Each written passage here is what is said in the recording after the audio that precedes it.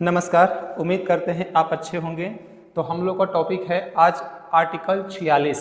जो आर्टिकल 46 है इसमें चर्चा है कि एसटी और एससी और ओबीसी के लिए कुछ विशेष आरक्षण की चर्चा है। इसीलिए आप देखते हैं कि कोई सरकारी कोई काम होता है जिसमें एसटी वर्ग के लोगों को, एससी वर्ग के लोगों को और कुछ ओबीसी के लोगों को भी आरक्षण दी जाती है। सबसे अधिक जो आरक्षण की प्रक्रिया है वह एसटी और ओबीसी के लिए किसमें है, तो आर्टिकल 46 में है। तो आर्टिकल 46 कहता है कि एससी, एसटी और ओबीसी के लिए कुछ विशेष आरक्षण की चर्चा है, उन्हें कुछ आरक्षण दी जाएगी।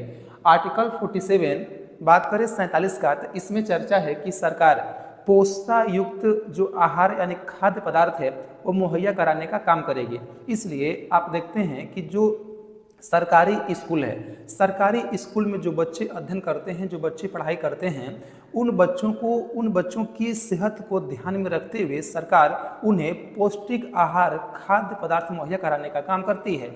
उन्हें कभी कुछ खाना, कभी कुछ खाना, कभी अंडा, कभी दूध, कभी कुछ अन्य सरकार उनको देती रहती है ताकि उनकी सेहत पर किसी प्रकार का प्रभाव न पड़े। किसमें है, तो आर्टिकल 47 में। लेकिन किसी किसी स्कूल में नहीं मिलता है। तो आपने पढ़ा था कि यह केटी शाह ने कहा था कि यह एक चेक के समान है, सरकार अपनी इच्छा के अनुसार काम करेगी। अगर सरकार सहमत है, सक्षम है तो पौष्टिक आहार मुहैया कराएगी, और नहीं सहमत तो पौष्टिक आहार मुहैया नहीं कराएगी। इसके लिए आप कोर्ट नहीं जा सकते हैं। तो आर्टिकल 47 में क्या है कि सरकार का काम है कि पोषण युक्त खाद्य पदार्थ मुहैया कराने का काम करना। और साथ ही जो नशीली दवाइयाँ हैं और जो शराब है उस पर सरकार का प्रतिबंध रहेगा। लेकिन जब सरकार की इच्छा होगी तब, लेकिन क्या लगता है सरकार इसको बंद करेगी? नशीली दवाई को तो बंद कर सकती है, लेकिन जो शराब है, कोरोना काल में सबसे ज़्यादा अगर लाभ हुआ था किससे हुआ था? शराब से। तो सरकार का जब इच्छा होगा सरकार बंद करेगी, अन्यथा नहीं बंद करेगी।